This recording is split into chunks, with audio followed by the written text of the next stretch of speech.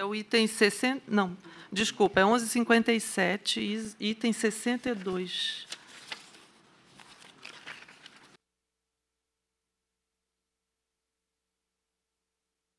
Palavra, então, à conselheira Cláudia Chagas para relatar o item 62 da pauta, processo 1157/2011.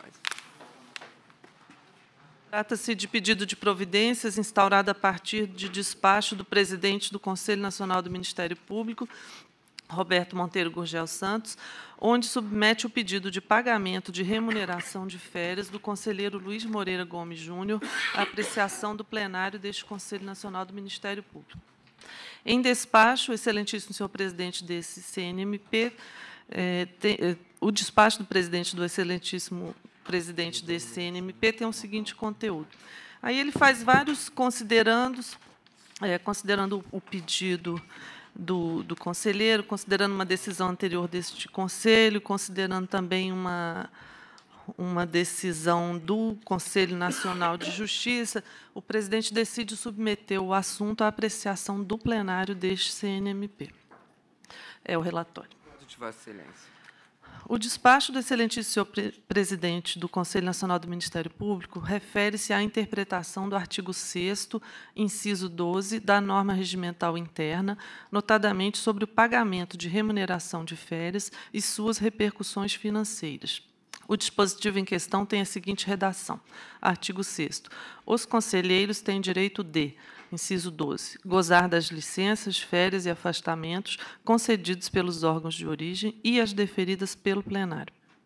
Informa o autor em seu despacho que o Conselho Nacional de Justiça decidiu pelo indeferimento de pedido de indenização de férias não gozadas de ex-conselheiro mediante despacho do então presidente, ministro Gilmar Mendes, que acolheu o parecer da assessoria jurídica.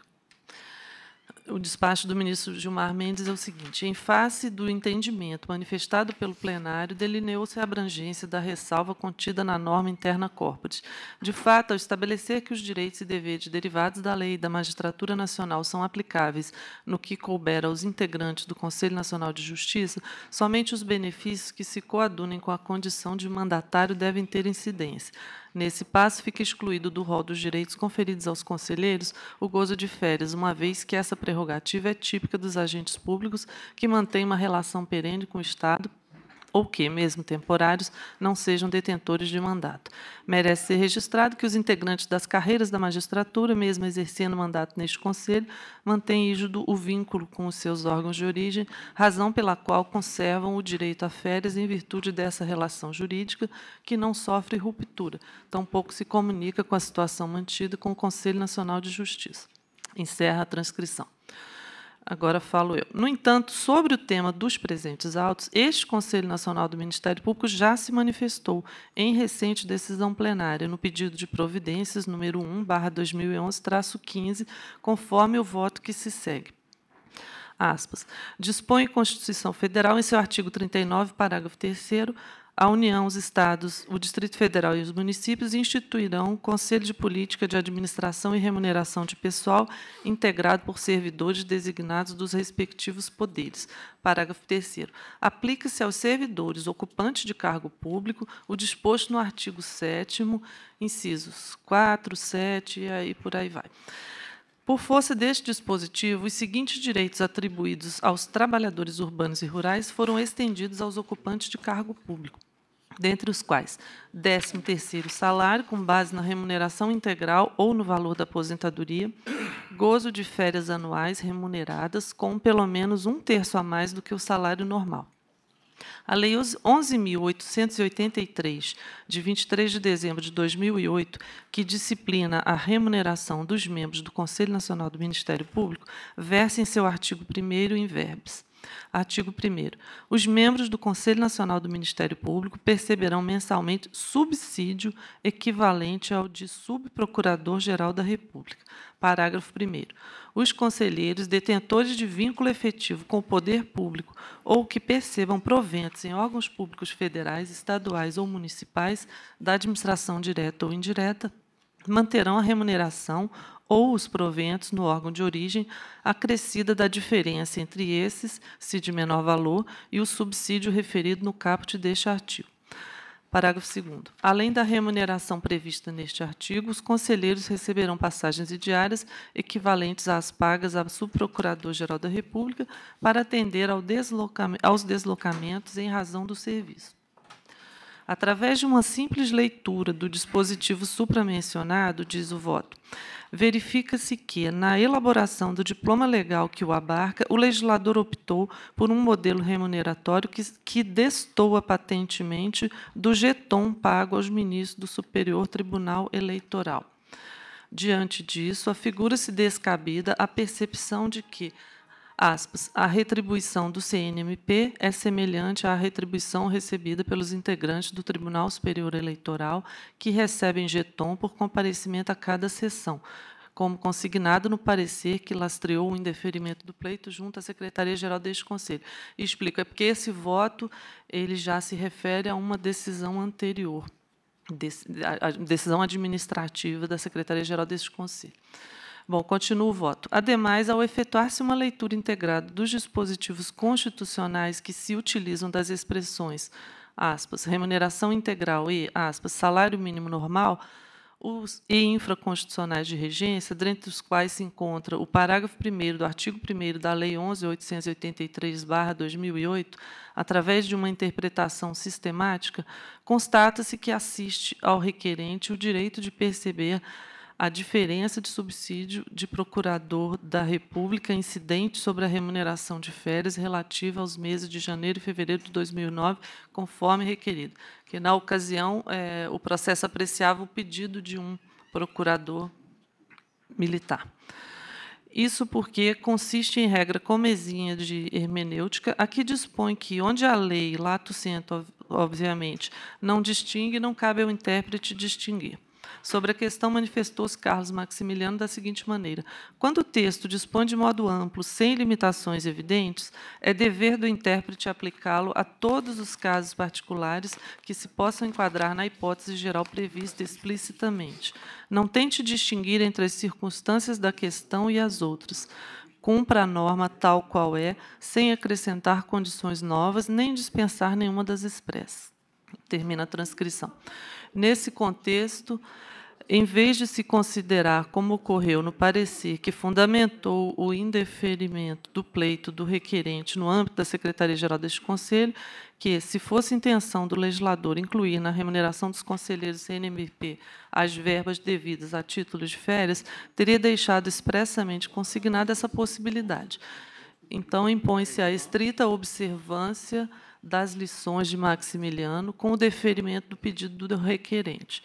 Ademais, não se pode deixar de observar que o regimento interno deste Conselho Nacional, em seu artigo 6º, inciso 12, que é direito dos conselheiros gozar das licenças, férias e afastamentos concedidos pelos órgãos de origem e as deferidas pelo plenário.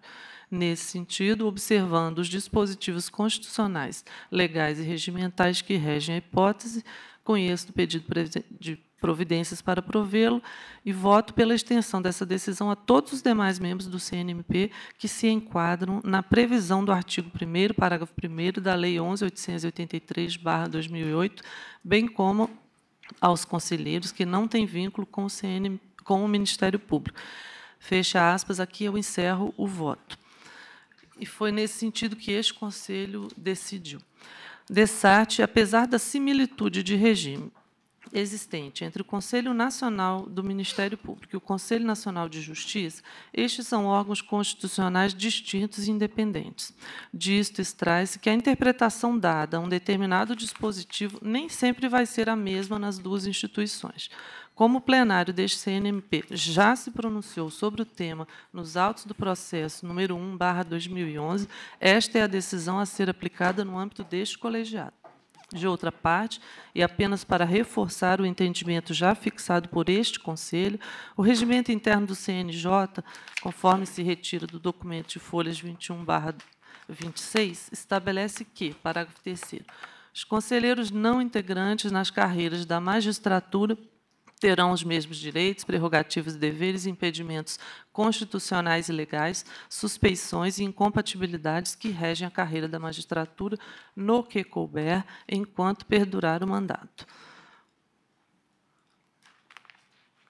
A norma citada foi utilizada para vedar, no âmbito do CNJ, o pagamento das férias utilizadas pelos conselheiros nacionais de justiça, uma vez que prevaleceu o entendimento de que, ao estabelecer que os direitos e deveres derivados da Lei da Magistratura Nacional são aplicáveis no que couber aos integrantes do Conselho Nacional de Justiça, somente os benefícios que se coadunem com a condição de mandatário devem ter incidência.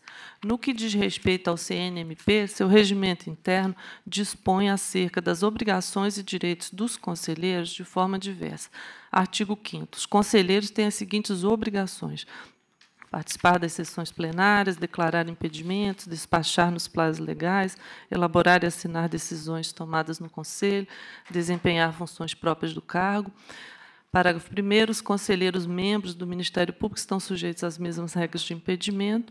Parágrafo 2º. Os demais conselheiros observarão, no particular, as regras que regem a carreira do Ministério Público, salvo quanto à vedação do exercício da advocacia, que será regulado quanto aos impedimentos e incompatibilidades pelo disposto na Lei 8.906, de 94, observado o disposto no Regulamento Geral do Estatuto da Advocacia da OAB. Artigo 6º. Os conselheiros têm direito de, inciso 12, gozar das licenças, férias e afastamentos concedidos pelos órgãos de origem e as deferidas pelo plenário. O artigo 10 da Lei 11.372, de 2006, determina que aos conselheiros são asseguradas as prerrogativas conferidas em lei aos membros do Ministério Público. Ainda a Lei 11.883/2008 regulamenta a remuneração dos membros do CNMP, se não vejamos. Artigo 1º. Os membros do Conselho Nacional do Ministério Público receberão mensalmente subsídio equivalente ao do Subprocurador-Geral da República. Os conselheiros detentores de vínculo efetivo com o poder público ou que percebam proventos em órgãos públicos federais, estaduais ou municipais, da administração direta ou indireta, manterão a remuneração ou os proventos no órgão de origem, acrescida da diferença entre esses, se de menor valor, e o subsídio referido no caput deste artigo. Parágrafo 2º. Além da remuneração prevista neste artigo, os conselheiros receberão passagens e diárias equivalentes às pagas aos subprocuradores-geral da República. Retira-se de todos os dispositivos supramencionados, portanto, que, apesar da similitude de regimes entre o CNMP e o CNJ, a regulamentação do tema foi diferente, uma vez que os dispositivos mencionados não deram margem para uma interpretação restritiva no que se refere às férias a serem gozadas pelos membros deste Conselho, aplicando-se desta forma o entendimento já consagrado pelo plenário no processo número 1/2011. Pelo exposto, julgo procedente o pedido de providências para deferir o pagamento de verba referente às férias do conselheiro Luiz Moreira Gomes Júnior. Eu fiz toda essa explicação, apesar de já termos um precedente, porque a dúvida surgiu por haver uma decisão diferente do CNJ. Então, além do nosso precedente que eu cito, eu fiz essa diferenciação entre o CNMP e o CNJ. Senhora presidente, eu peço a palavra. Eu ouvi com atenção o voto da eminente conselheira Cláudia Chagas, que, ao mesmo tempo que propõe o deferimento do pedido formulado pelo ilustre conselheiro Luiz Moreira, pretende também dar um caráter normativo ou genérico a essa decisão, estendendo-se a toda uma série de situações semelhantes, né? Então, uma decisão de grande importância que esse Conselho eventualmente tomará. Foi mencionado como um dos fundamentos para o voto de deferimento a previsão legal, numa lei cujo número me foge, de que os conselheiros do CNMP desfrutam das prerrogativas dos membros do Ministério Público, né? É a lei 11.883. Pois bem, então, veja, eu leio na Lei Complementar 75, artigo 18, particularmente o seguinte: são prerrogativas dos membros do Ministério Público da União. 1. Institucionais. A linha A. Sentar-se no mesmo plano imediatamente à direita dos juízes, singulares ou presidente dos órgãos colegiados. B, usar viés talares. C, ter ingresso e trânsito livres em razão do serviço em qualquer recinto público, etc. D, prioridade em qualquer serviço de transporte, comunicação, quando em serviço de caráter urgente. E, o porte de arma, independentemente da autoração. F, carteira de identidade especial. A linha 2, prerrogativas processuais do Procurador-Geral da República ser processado e julgado nos crimes comuns pelo STF, pelo Senado Federal por crime de responsabilidade, do membro do Ministério Público da União que oficie perante tribunais ser processado no STJ, etc. São as prerrogativas processuais. Esse dispositivo, as prerrogativas, tecnicamente falando, não dizem respeito à remuneração. Não dizem respeito à remuneração. Bom, feita essa observação, dada a relevância da decisão, dado até o precedente anterior, dado o fato de a consulta da presidência desse Conselho ter trazido à colação o entendimento do Conselho Nacional de Justiça sobre exatamente esse mesmo tema, que é em sentido diverso do proposto pela eminente relatora, eu vou pedir vista e, desde logo, comprometo-me a trazer na próxima sessão. Eu, quando sinalizei que ia pedir vista, enfim, peço vista sem qualquer outro objetivo, senão o de estudar o assunto com a minha preocupação que tenho de dar minha colaboração mais aprofundada para o debate. Senhor presidente. Senhor presidente. Não. Eu gostaria de antecipar o meu voto no que se refere a essa questão, porque o que resta disposto no artigo 39 da Constituição Federal, no seu parágrafo 3º, quando afirma que aplique-se aos servidores ocupantes de cargo público o disposto no artigo 7º e declina todos os incisos, dentre os quais as férias remuneradas. Então, eu gostaria já de antecipar meu voto para acompanhar a eminente relatora, porque todo servidor público, as garantias dos direitos sociais assegurados a qualquer trabalhador, também o é ao servidor público de qualquer Restou forma. Então, consignado isso no meu voto. A única diferença que poderia haver é se os membros não integrantes do Ministério Público recebessem jeton, o que não acontece. Eles recebem, por força de lei, o subsídio do Subprocurador-Geral da República. E é certo que o conselheiro Mário vai examinar a questão com cuidado, mas eu só gostaria de registrar que essas prerrogativas que o conselheiro leu são todas vinculadas à atividade fim. É óbvio que não vão se aplicar. Mas aquelas que têm relação com a situação funcional de qualquer servidor público, não vejo motivo para que os membros deste conselho, que não são integrantes do Ministério Público, não tenham o mesmo tratamento que todos têm. eu só indago a eminente relatora se essa questão doravante será objeto, não sei se será esgotado isso no voto de Vossa Excelência, porque se a cada pedido nós tivermos que submeter a deliberação... Caráter genérico. Eu até me surpreendi, porque no pedido de providências anterior, número 1, isso foi decidido e restou decidido, inclusive, que se aplicava a todos. Até leio o finalzinho do voto, e isso foi aprovado por este Conselho. Entretanto, como o presidente levantou a dúvida e trouxe ao plenário, eu relatei, mas, a meu ver, a situação já está decidida pelo precedente, que foi o seguinte: conheço do presente pedido de providência, número 2, voto pela extensão dessa decisão a todos os demais membros do CNMP que se enquadram na previsão do artigo 1º, parágrafo 1º da Lei 11.883, de 2008, bem como aos conselheiros que não têm vínculo com o Ministério Público. A meu ver, essa questão já está decidida. Presidente, Pois não. respeitando o pedido de vista do conselheiro Mário, mas eu quero aqui já antecipar o meu voto, acompanhar a conselheira Cláudia, também juntamente com o conselheiro Almino Alfonso.